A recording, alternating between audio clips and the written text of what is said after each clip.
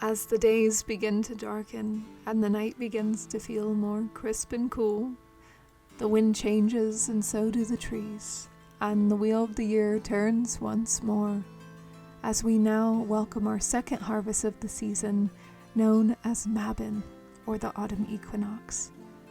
This is a powerful time of balance of light and dark.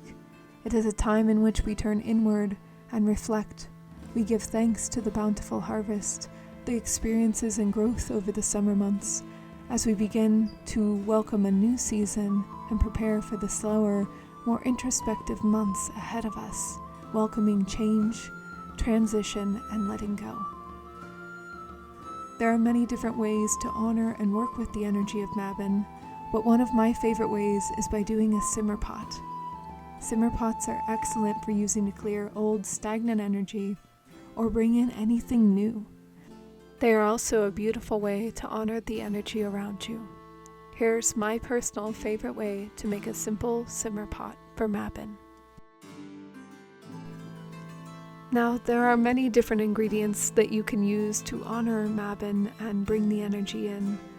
However, personally, I'm going to be using a selection of fruit as well as herbs that are not only aligned with the harvest and the season, but also my intention.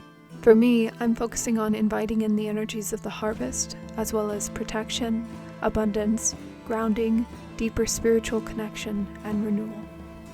I am going to be using an apple for renewal, wisdom, and abundance, orange for abundance, gratitude, and honoring of the sun, pomegranate for transition, balance of light and dark, and spiritual connection. However, you can also use other fruit as well, such as pears, cranberries, blackberries, grapes, plums, or any other fruit that calls to you. For herbs, I am also going to be using a certain selection that aligns with my intention, such as bay leaves for protection and purification, cinnamon for abundance and protection,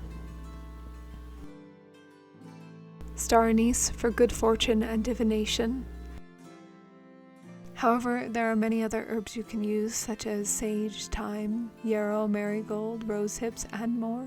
Of course, if you do not have any of these, that does not mean you cannot make a simmer pot. The important thing is to find herbs that align with your intention or that you feel called to. But remember to always listen to your intuition and use whatever you have on hand that works for you and that feels connected to you, as this will make it a much more powerful connection, ritual, or spell. Once you have all your ingredients picked out, take some time to set an intention with each one or focus on the energy of each one and what you're intending to bring into your home by doing this simmer pot. Are you doing this for cleansing, protection, positive energy, to honor the season? Now is the time to really think about it and set that intention as you start prepping your simmer pot and filling up water, as well as putting your ingredients in. Taking time to honor and give gratitude to the energy and the season as you do.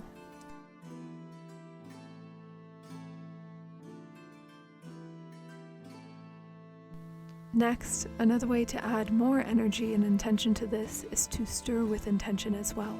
If you're intending to bring something in, for example, stir it clockwise, as this helps to invite the energy into your space. But if you're doing a cleansing or banishing ritual, make sure you stir it counterclockwise, focusing on what you're releasing, as this is a good way to let go of things as well. Whatever you choose to do, whether that's inviting in energy, simply honoring the energy of Mabon, or working to banish something, I hope that this video has helped you find your own way to make a simmer pot that speaks to you and connects to your energy and your intention. As always, I'm sending you so much love, and I hope you have a very blessed Mabon.